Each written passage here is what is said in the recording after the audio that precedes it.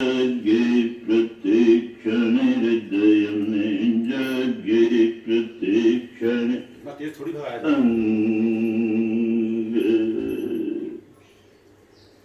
अंग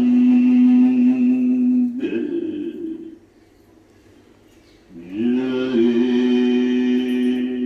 प्रतीक्षण।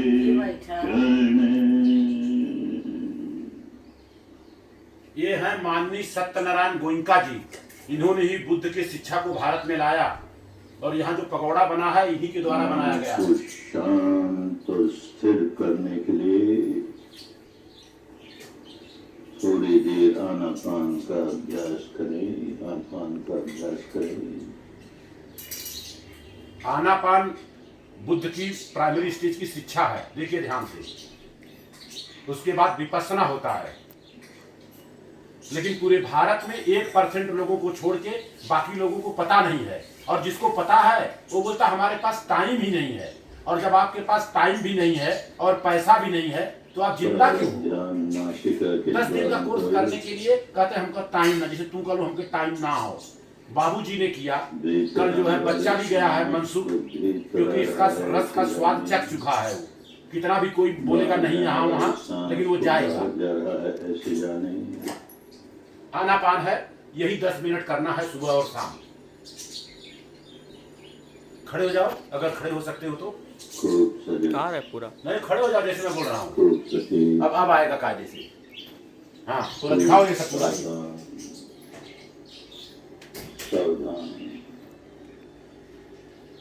माननीय सत्यनारायण गोयनका जी के मुखार बिंदु से 10 मिनट का आनापान है। और पूरे भारत की अगर मैं बात करूं, जो आनापान के बारे में जान भी गया है उसको 10 मिनट सुबह और शाम करने में बड़ा तकलीफ होता है कि ये क्यों करने का। लेकिन आपको मैं दावे के साथ बता रहा हूं, गारंटी के साथ बता रहा हूं, अगर आप लोगों ने आनापान करना चालू कर दिया तो आपके शरीर के अंदर जो आलस है, आलस तो बिल्कुल नहीं रहेगा। आपके चेहरे पे हमेशा मुस्कुराहट रहेगा, आपके चेहरे पे लाली आ जाएगा। बाहर का जो लाली पाली है लगाने की कोई जरूरत नहीं है। हाँ, और ये मेरी माता जी है। कितनी साल पुराना है आप? कै साल का भाऊ माई? कै साल का भाऊ? 80 साल का हो गई लोग। सांस की पूरी लंबाई की जानकारी रखें। सांस की पूरी लंबाई की, सांस आ रहा है जा रहा है कोई देखना है। एक बार वो दरवाजे पे दिखाओ बढ़िया सा, जो मेन चीज लिखा हुआ है। हाँ, मालूम मेरे को, सब पता है, उससे मैं बात कर लिया हूँ। कितने बजे निकलना बता दिया टाइम मेरे को। यहाँ दिखाओ, यहाँ दिखाओ, लिखा है क्या आप अंधविश्वासी हैं? यदि नहीं तो आपका स्वागत है। अंधविश्वास, अंधविश्वासियों को अंदर आना मना है। ये क्या लिखा हुआ है? मनसुख। और क्या लिखा है? मनसुख रामरस मौर्य। काबिल बनो, कामयाबी अपने आप आ जाएगी। ये क्या लिखा है? टारगेट 90%। कौन से क्लास में? 12th exam. तुम्हारा कितना आएगा 12वीं में वो बताओ। अब मेरा भी 90+ आएगा। 90+ कहीं लिखा है? नहीं लिखा है, ये प्रमाण है, आवाज नहीं। इसको हो गया चिपका करके मिला जुला के 5 से 7 साल, और लिखा हुआ है। यहाँ तो कहेंगे बताने का नहीं कितना आएगा, और जब बताओगे ठेंगा आएगा। यहाँ तो बताया जाता किसी की सैलरी नहीं पूछने का, नहीं तो लफड़ा हो जाएगा, है ना। उम्र नहीं पूछने का, नहीं तो उसकी उम्र कम हो जाएगी, है ना। तो ये बताओ, अगर मान लो कहीं तुम नौकरी कर रहे हो, हाँ, तो तुमसे कोई सैलरी पूछ सकता है कि नहीं पूछ सकता है? पूछ सकते हैं, है ना। और जहां से जाओगे काम करने के लिए पूछोगे कि नहीं कितना मिलेगा? हाँ, वो तो पूछना ही पड़ेगा। सिंपल सी बात है ना। और पूछोगे तो घर पे बताओगे कि नहीं? सिंपल सी बात है।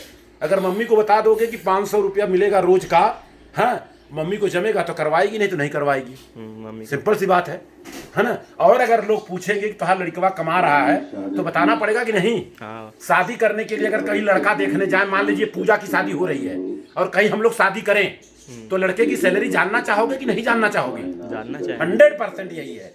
और अगर लड़की 70,000 रुपया महीने की कमाती हो और लड़का 35,000 का, तो क्या लोग शादी करेंगे? वहां सवाल ही नहीं पैदा होता है जी। पूछना चाहिए।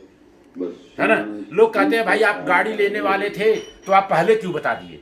पहले इसलिए बता दिया कि अगर मैं खरीदने वाला नहीं हूं तो भी धक्का मार के लोग खरीदवा दें। और अगर आपने बता दिया 95% आएगा, 100 जगह लिख दो, बैग में बस्ते में जहां जहां लिखना है लिख दो, है ना। और उसके बाद सब लोग पूछेंगे कब कितना % आएगा, तो आपको बताना पड़ेगा, आपकी मजबूरी, क्योंकि आपने लिखा है ये।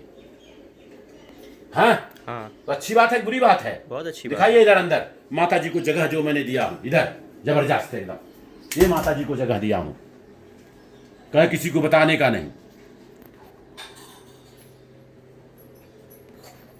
दिखा दीजिए इधर किचन, वीडियोग्राफ बन रहा है। ये रसोई घर है, राजकुमारी मैडम है, ये फातिमा शेख राजकुमारी के सर पे बैठी है।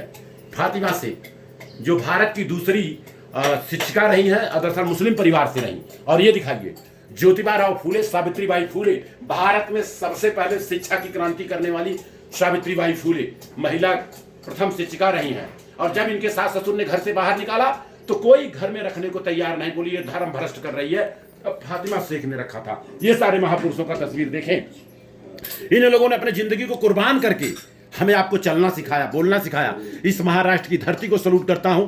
छत्रपति शिवाजी महाराज के परिवार से ही साहू जी महाराज निकले और इन्होंने जात पात को लेकर के बड़ी जबरदस्त काम किया। इधर दिखाइए, सबसे बड़ा अगर तस्वीर किसी का किचन में लगा है तो ये राष्ट्रमाता सावित्रीबाई फुले का लगा हुआ है। ये दिखाइए, डेली का दिनचर्या है। ये अपना दिनचर्या अभी तक दिखाए नहीं मेरे को, और इसलिए लगाया हूं कि आप बना के मेरे को दिखाओ। चलो इधर आ जाओ, इधर आओ। आपको ट्यूशन पे जाना है, मुझे पता, आपने बोला 8 बजे, 8 बजने में 10 मिनट बाकी है, यही है ना। तो इसी के साथ अपने बातों को विराम दे रहा हूं। माता जी क्या संदेश देना चाहेंगी लोगों को? सबका जीते जी सेवा करना चाहिए कि मरने के बाद? इधर सफाई के मिली, हाँ, जीते करवा तो सफाई की मिली, और मरे करवा था कुछ ना। कहने का मतलब आपके मुखारबिन से संदेश ये जा रहा है कि माता पिता जी जब तक जिंदे हैं दिल खोल के सेवा करो, और मरने के बाद कुछ करने की जरूरत नहीं है। गिद्ध कौआ बनबू नहीं है, बस चेहरे पे मुस्कुराहट। एक बार ताली बजा के स्वागत करिए, ताली बजाइए, मेहिलाल भी देख रहे हैं, जोर से बजाइए। 1 2 3, 1 2 बोला, 1 2 3, 1 2 3 बोला, 1 2 3 बोला, 1 2 3 जोर से, 1 2 3 जोर से, 1 2 3 जोर से, 1 2 3 जोर से बजावा, 1 2 3। नमस्ते कहिए, नमस्ते कहिए, नमस्ते कहिए, नमस्ते प्रणाम कर रही है मेरी माता जी। आप सभी का मंगल हो, आप सभी का कल्याण हो। भावा तू सब मंगलम, भावा तू सब मंगलम। Thank you.